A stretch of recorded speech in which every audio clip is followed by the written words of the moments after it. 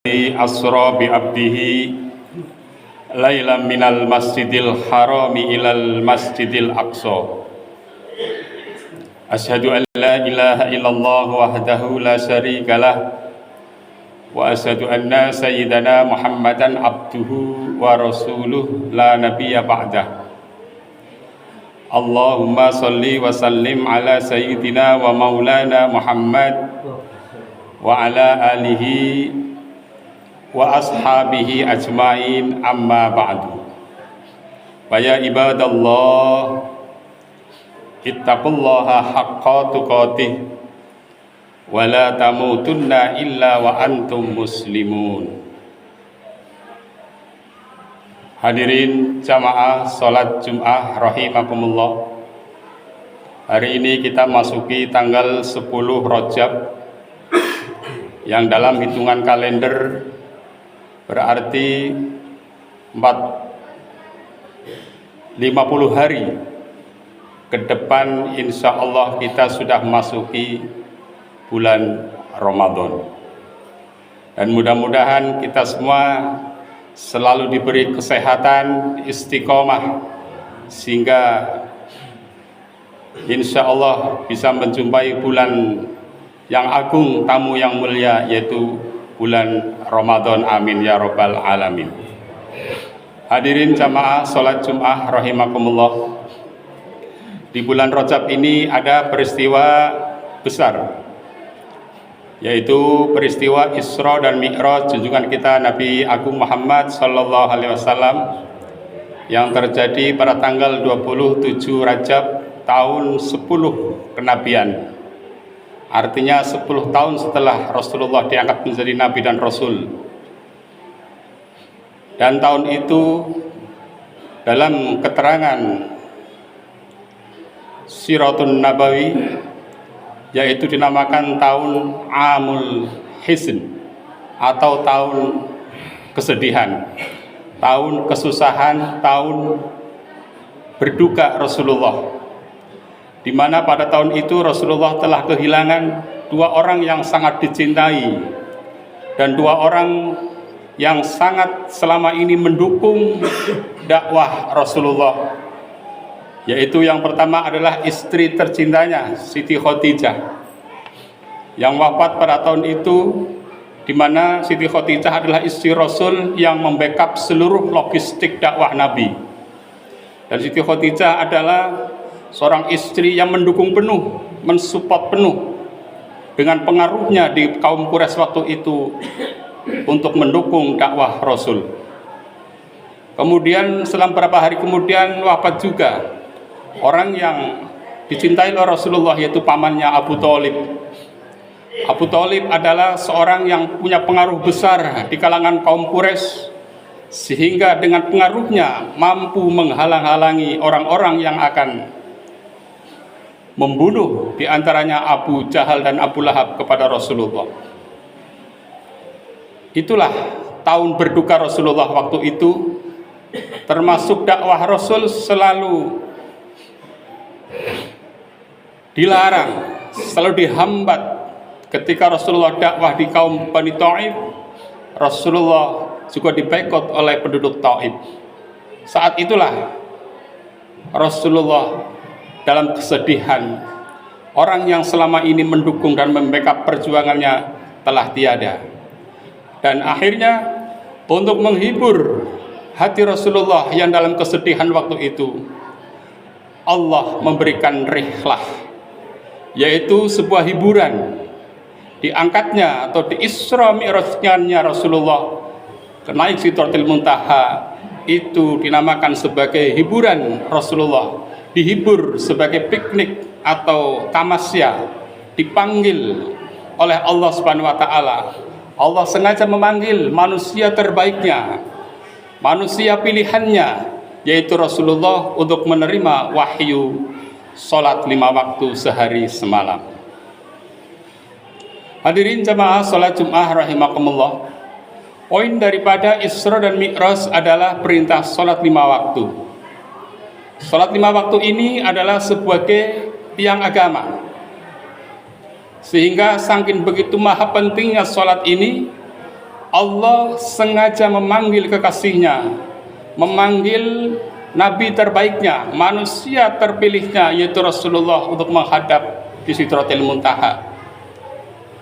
Dibanding dengan rukun-rukun agama yang lain, ketika Allah menyuruh Muhammad dan umatnya untuk puasa, maka Allah cukup memerintahkan kepada malaikat Jibril disampaikan kepada Nabi Muhammad. Ketika Allah mewajibkan zakat, Allah pun cukup memerintahkan malaikat Jibril untuk menyampaikan kepada Nabi Muhammad. Termasuk ketika Allah mewajibkan haji, Allah memerintahkan malaikat Jibril untuk menyampaikan kewajibannya kepada Nabi Muhammad. Tetapi ketika Allah akan memerintahkan mewajibkan suatu sholat, Allah memanggil langsung kepada junjungan kita Nabi Agung Muhammad SAW. Itulah perbedaan sholat dengan rukun-rukun Islam yang lain. Maka sholat dikatakan oleh Nabi, as-sholatu imaduddin, wa man aqamaha faqad aqamaddin, wa man tarakaha faqad hadamaddin. Salat adalah tiang agama. Siapa yang mendirikannya, maka dia telah memperkokoh agamanya. Dan siapa yang meninggalkannya, maka dia akan menghancurkan agamanya sendiri. Artinya apa? Ketika orang meninggalkan salat, maka dia sudah hancur agamanya. Bahkan sudah dikatakan sebagai orang yang kafir. Karena apa? Rasulullah pernah bersabda, innar rajuli bainas syirki wal kufri tarikas sholah. Bahwa meninggalkan sholat itu sudah mendekati, bahkan sudah mencapai sifat kesyirikan dan kekafiran. Ini na'udzubillah min dzalik.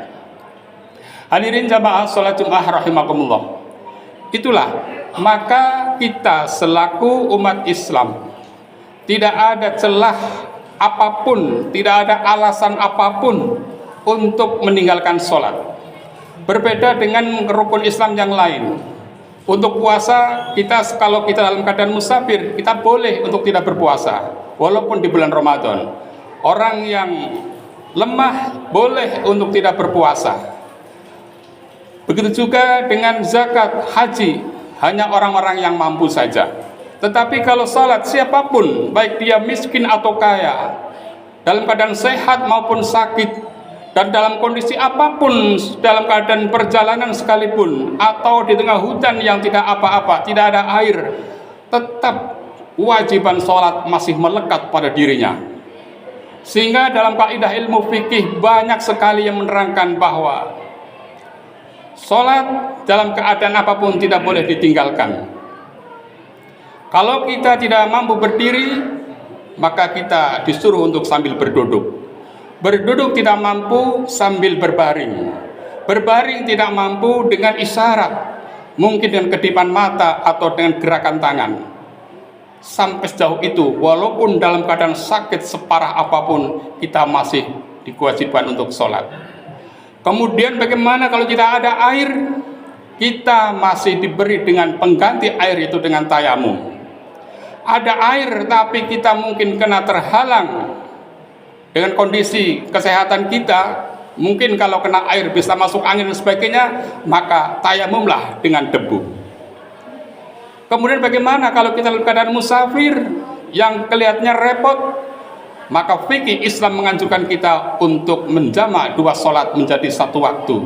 Duhur dengan asar, maghrib dengan isya, bisa dijamak atau dilaksanakan pada waktu salah satunya. Bisa sholat maghrib dengan isya atau bisa isya dengan maghrib, dan bisa dikosor, yaitu yang 4 rakaat menjadi 2 rakaat, duhur menjadi 2 rakaat, asar menjadi 2 rakaat. Kalau maghrib tidak bisa, masih tetap 3 rakaat, dan isya bisa 2 rakaat. Itu rukhsah namanya dalam ilmu fikih, atau sebuah keringanan agama untuk meringankan kita selama dalam musafir. Nah, kemudian bagaimana kalau kita di tengah dalam hutan? Di tengah hutan kita tidak tahu di mana arah kiblat kita, dan tidak ada air atau tidak ada apa-apa. Apa kita wajib melaksanakan sholat? Masih ada kewajiban. Kemudian bagaimana kalau ke arah kiblat kita masih ragu? Maka carilah arah kiblat sesuai dengan keyakinan kita waktu itu. Kalau waktu itu kita yakin arah kiblat ini, maka sholatlah dengan arah kiblat yang sudah diyakini.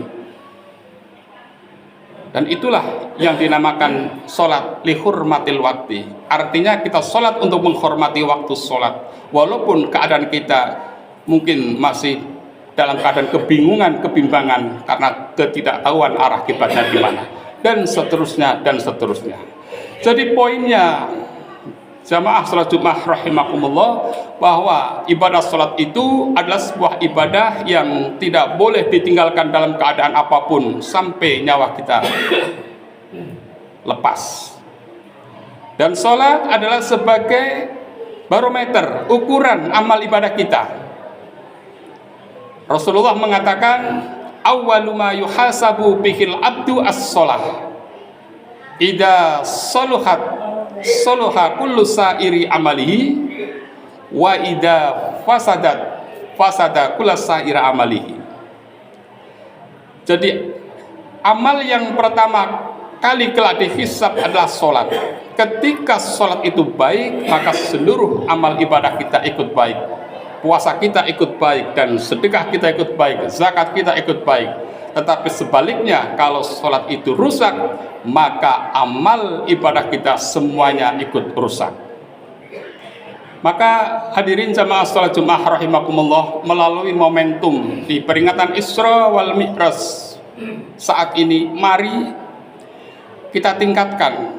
Sesibuk apapun dalam keadaan kita, sholat harus kita prioritaskan.